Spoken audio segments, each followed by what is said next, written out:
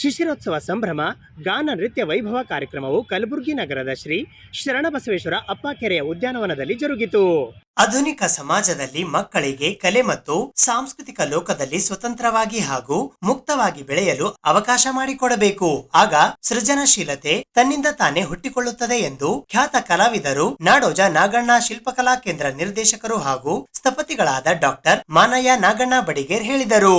ಶ್ರೀ ಶರಣಬಸವೇಶ್ವರ ಕೆರೆ ನಿರ್ವಹಣಾ ಪ್ರಾಧಿಕಾರ ಕಲಬುರಗಿ ಇವರ ವತಿಯಿಂದ ನಡೆಯುತ್ತಿರುವ ಶಿಶಿರೋತ್ಸವ ಸಂಭ್ರಮ 2025ರ 2ನೇ ದಿನದ ಕಾರ್ಯಕ್ರಮದ ಸಾಂಸ್ಕೃತಿಕ ಕಾರ್ಯಕ್ರಮಕ್ಕೆ ಚಾಲನೆ ನೀಡಿ ಮಾತನಾಡಿ, ಮಕ್ಕಳನ್ನು ಶೀಲತೆಯಿಂದ ಬೆಳೆಸಿದರೆ ಮಾತ್ರ ಸರ್ವಾಂಗೀಣ ಅಭಿವೃದ್ಧಿ ಸಾಧ್ಯ.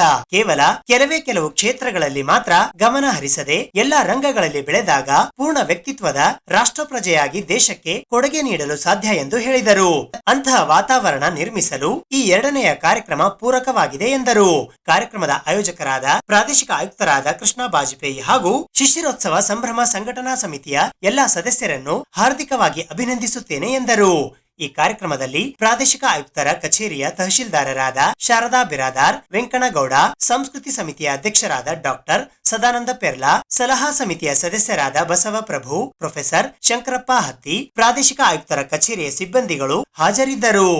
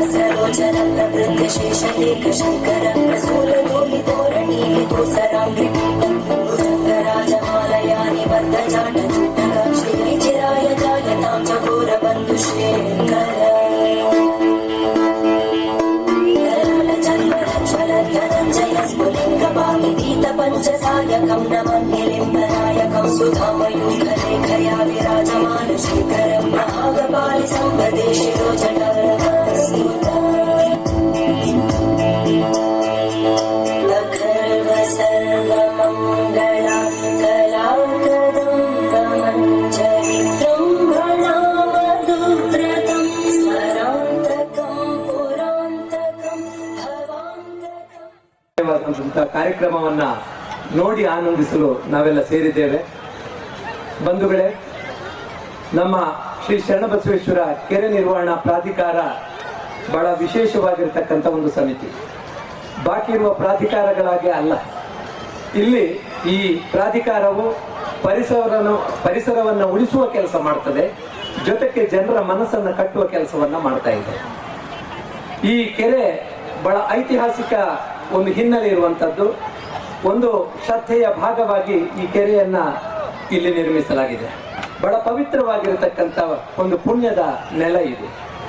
ಇಂತಹ ನಗರದ ಹೃದಯ ಭಾಗದಲ್ಲಿರುವಂತಹ ಶ್ರೀ ಶರಣಬಸವೇಶ್ವರ ಕೆರೆ ತನ್ನದೇ ಆದಂತಹ ವೈಶಿಷ್ಟ್ಯಗಳಿಂದ ಇವತ್ತು ನಾಡಿನುದ್ದಗಲಕ್ಕೂ ಹೆಸರನ್ನ ಪಡೆದುಕೊಂಡಿದೆ.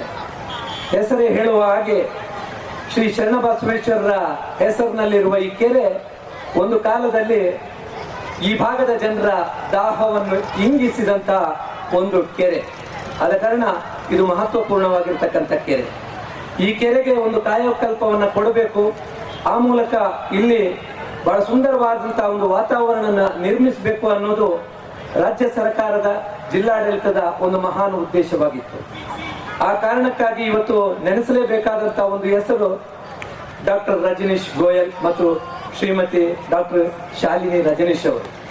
ಆ ಹಿರಿಯ ಅಧಿಕಾರಿಗಳು ನಮಗೊಂದು ಮಾರ್ಗವನ್ನ ಹಾಕಿಕೊಟ್ಟಿದ್ದಾರೆ, ಒಂದು ಸುಂದರವಾದಂತಹ ಪರಿಕಲ್ಪನೆಯನ್ನ ಕೊಟ್ಟಿದ್ದಾರೆ, ಒಂದು ಸಂಕಲ್ಪವನ್ನ ನಮ್ಮ ತಲೆಗೆ ಹಾಕಿ ಹೋಗಿದ್ದಾರೆ.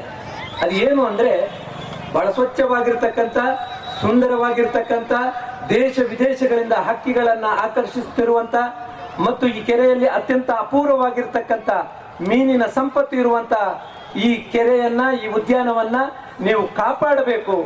ಕೇವಲ ಕಾಪಾಡುವುದಲ್ಲ, ಈ ಕೆರೆಯಲ್ಲಿ ನಿತ್ಯ ಜನಜಂಗುಳಿ ಇರಬೇಕು, ಈ ಉದ್ಯಾನದಲ್ಲಿ ಜನ ವಿಹರಿಸಬೇಕು ಅನ್ನುವ ಕಾರಣಕ್ಕಾಗಿ ಡಾಕ್ಟರ್ ರಜನೀಶ್ ಗೋಯಲ್ ಅವರು ಜಿಲ್ಲಾಡಳಿತದಲ್ಲಿ ಹೇಳಿ, ಅದು ನಮ್ಮ ಮಹಾನಗರ ಪಾಲಿಕೆ ಆಗಿರ್ಬೋದು, ನಮ್ಮ ಜಿಲ್ಲಾಡಳಿತ ಆಗಿರಬಹುದು, ಅಥವಾ ನಮ್ಮ ಪ್ರಾದೇಶಿಕ ಆಯುಕ್ತರ ಕಚೇರಿ ಆಗಿರಬಹುದು, ಈ ಮೂರು ಸಂಸ್ಥೆಗಳು ಒಟ್ಟು ಸೇರಿ ಒಂದು ಭವ್ಯವಾಗಿರ್ತಕ್ಕಂಥ ಕಲ್ಪನೆಯನ್ನು ಇಟ್ಟುಕೊಂಡು ರೂಪುರೇಷೆಗಳನ್ನು ಹಾಕಿದ್ರು.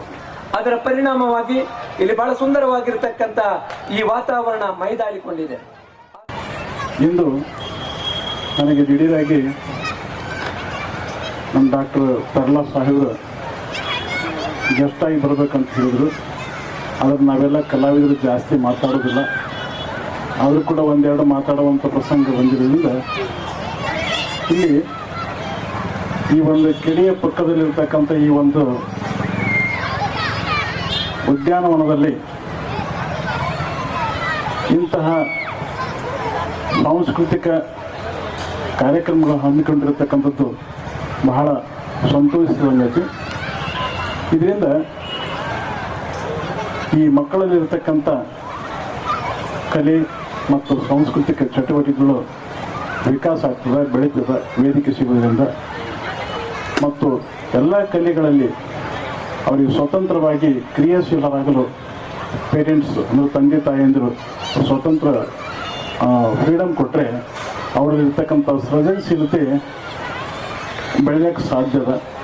ಯಾವ ಮಕ್ಕಳಲ್ಲಿ ಸೃಜನಶೀಲತೆ ಬೆಳೀತಾ ಹೋಗ್ತದ ಅವರಲ್ಲಿ ಏಕಾಗ್ರತೆ, ತಾಳ್ಮೆ, ಸಹನೆ, ಅವರಲ್ಲಿ ಒದಗಿರ್ತಕ್ಕಂಥ ಒಂದು ಜ್ಞಾನ ದೇಶಕ್ಕೆ ಸಿಗಲಿಕ್ಕೆ ಸಾಧ್ಯ ಅದ. ಅವಾಗ ದೇಶ ಸಮೃದ್ಧಿಯಾಗಿ ಬೆಳೆಯೋಕ್ಕೂ ಸಾಧ್ಯ ಅದ. ಅದಕ್ಕೆ ಮಕ್ಕಳಲ್ಲಿರ್ತಕ್ಕಂಥ ಯಾವುದೇ ಒಂದು ಕಲೆ ಚಟುವಟಿಕೆಗಳನ್ನು ಬೆಳೆಯೋದಕ್ಕೆ ಪ್ರೋತ್ಸಾಹ ಕೊಡ್ತಕ್ಕಂಥದ್ದು ವಾತಾವರಣ ಬೆಳಿಬೇಕು ಅಂತಕ್ಕಂಥದ್ದು ನನ್ನ ಅಪೇಕ್ಷೆ. ಯಾಕಂದರೆ ನಾನೊಬ್ಬ ಕಲಾವಿದನಾಗಿ ಇವತ್ತು ಹೊರಗೊಮ್ಮೆ ಇವತ್ತು ಶರಣಬಸವೇಶ್ವರ ಸಂಯುಕ್ತ ಪದವಿ ಪೂರ್ವ ಕಾರ್ಯದಲ್ಲಿ ನಾವೊಬ್ಬ ಚಿತ್ರಕಲಾ ಶಿಕ್ಷಣಾಗಿ ಸೇವೆ ಸಲ್ಲಿಸಿ ಒಂದು 10-15 ವರ್ಷ ಇನ್ನೂ ಸರ್ವಿಸ್ ಇದ್ದಾಗ ನಾನು ಸೇವೆಯಿಂದ ನಿವೃತ್ತಿ ಪಡೆದು ಸ್ವತಂತ್ರ ಕಲಾವಿದನಾಗಿ ನಾನು ಬೆಳೆದೆ. ನಮ್ಮ ತಂದೆಯವರು ನಾಡೋಜ ನಾಗಣ್ಣ ಬಿಡಿಗೆರವರು.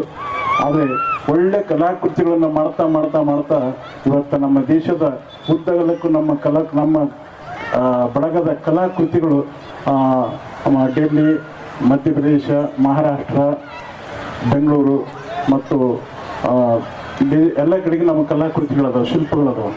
ಅಲ್ಲೆಲ್ಲ ಶಿಲ್ಪಗಳನ್ನು ನೋಡಿ ಗಮನಿಸಿ ಇವತ್ತು ಅಯೋಧ್ಯೆಯ ರಾಮನ ಮೂರ್ತಿ ಅಂದರೆ ಪೂಜಾ ವಿಗ್ರಹ ಮಾಡಬೇಕಾದ್ರೆ ಎಂಥ ಒಂದು ತಜ್ಞರನ್ನ ನಾವು ಸೆಲೆಕ್ಟ್ ಮಾಡಬೇಕು, ಎಂಥ ತಜ್ಞರ ಸಲಹೆಗಳನ್ನು ತಗೊಳ್ಬೇಕು ನಾವು ಅಂತಕ್ಕಂಥ ವಿಚಾರ ಅಯೋಧ್ಯೆಯಲ್ಲಿರ್ತಕ್ಕಂಥ ಶ್ರೀರಾಮ ಜನ್ಮಭೂಮಿ ತೀರ್ಥ ಕ್ಷೇತ್ರ ಟ್ರಸ್ಟಿನ ಸಮಿತಿಯ ಸದಸ್ಯರು ದೀರ್ಘಾಲೋಚನೆ ಮಾಡಿ 4 ಜನ, ಭಾರತದಿಂದ 4 ಜನ ದೊಡ್ಡ ಗಣ್ಯರ ವಿದ್ವಾಂಸ ಕಲಾವಿದರನ್ನ ಸೆಲೆಕ್ಟ್ ಮಾಡಿದ ಆಯ್ಕೆ ಸಮಿತಿಗೆ.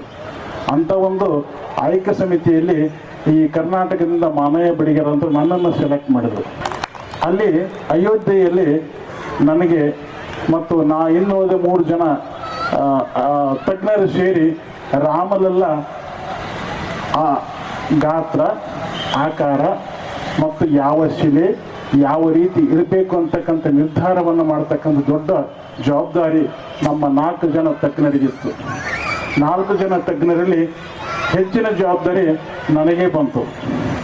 ಹೀಗಾಗಿ ರಾಮಲೆಲ್ಲ ಕರ್ನಾಟಕದ ಶೈಲಿಯಲ್ಲೇ ಮಾಡಿಸ್ಬೇಕು ಅಂತಕ್ಕಂಥ ಮನಸ್ಸಿನಿಂದ ಕರ್ನಾಟಕದ ಶೈಲಿನೇ ರಾಮಲೆಲ್ಲ ಆದ ಮತ್ತು ಕರ್ನಾಟಕದ ಶಿಲೆನೇ ರಾಮನಿಗೆ ಕಳಿಸ್ತಕ್ಕಂಥ ವ್ಯವಸ್ಥೆ ನಮ್ಮ ಸುರೇಂದ್ರ ವಿಶ್ವಕರ್ಮ, ನಮ್ಮ ಶಿಷ್ಯ ಬೆಂಗಳೂರಲ್ಲಿ ಇರ್ತಾರೆ, ಅವ್ರ ಹತ್ರ ಆ ಶಿಲೆಯನ್ನು ಸೆಲೆಕ್ಟ್ ಮಾಡಿ ಕಳಿಸ್ತಕ್ಕಂಥ ವ್ಯವಸ್ಥೆ ಕೂಡ ಆಯಿತು.